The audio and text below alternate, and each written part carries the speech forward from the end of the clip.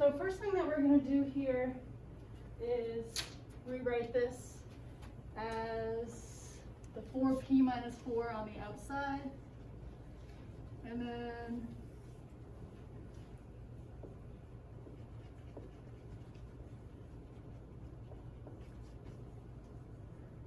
if anyone's looking for a shop project to do, I really feel like I should have like a giant step stool here, like a, I don't know, like a stage with maybe my name on the front.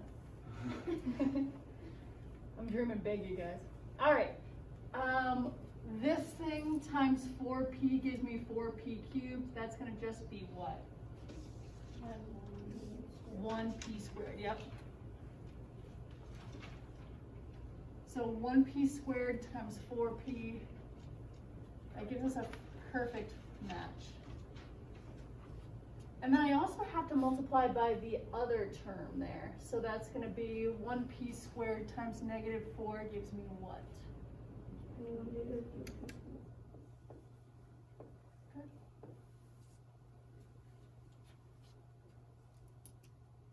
Then we do what Tupac says to do.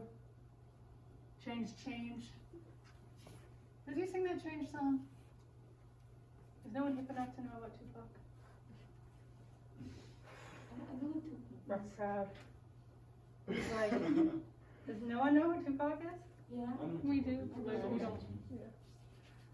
All right. This cancels. A negative 8p squared plus a 4p squared is going to be a negative 4p squared.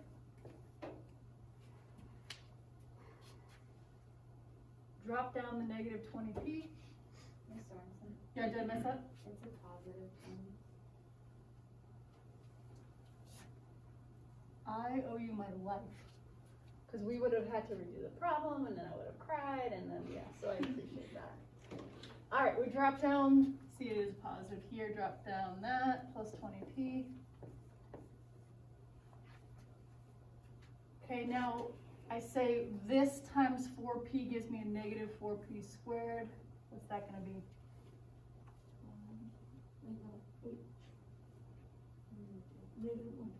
Negative 1p. Because p times p gives me p squared. Negative 1 times 4 gives me negative 4. So now I multiply this negative 1p times both of these things, so that gives me a perfect match here. Negative 1p times a negative 4 gives me a positive 4p.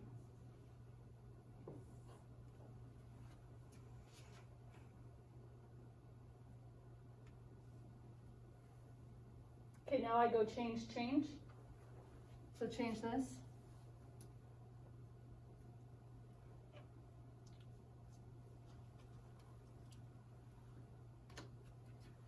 And then I was gonna throw a marker at you, you weren't looking. Oh, okay. That was my wind up. All right, so now I just did the change, so this cancels. 20p minus 4p is a 16p. Drop down my last thing. I'll be a minus 11.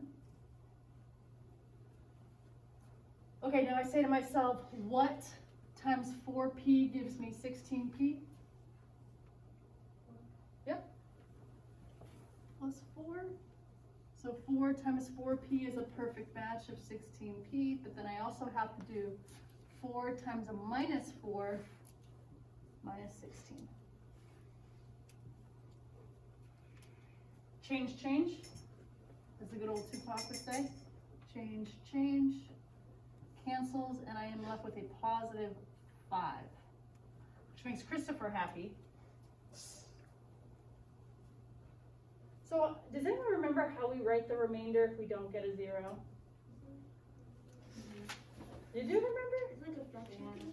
Yeah, it is a fraction thing. So, if this is a positive, we would write plus 5 up here, divided by 4p minus 4. We're basically saying, hey, whatever 5 divided by this thing is, which is kind of the same process we've been doing. So you're taking your remainder, you're putting it on the top of your fraction, the bottom of your fraction is this. Just remember, if this was a negative, you would also be putting a negative here by keeping your plus. Can you guys write on your paper on a scale from 1 to 5 how you feel about this? I feel like there's a few of you that are giving me verbals that know this, but I just need to know from the whole class where we're at.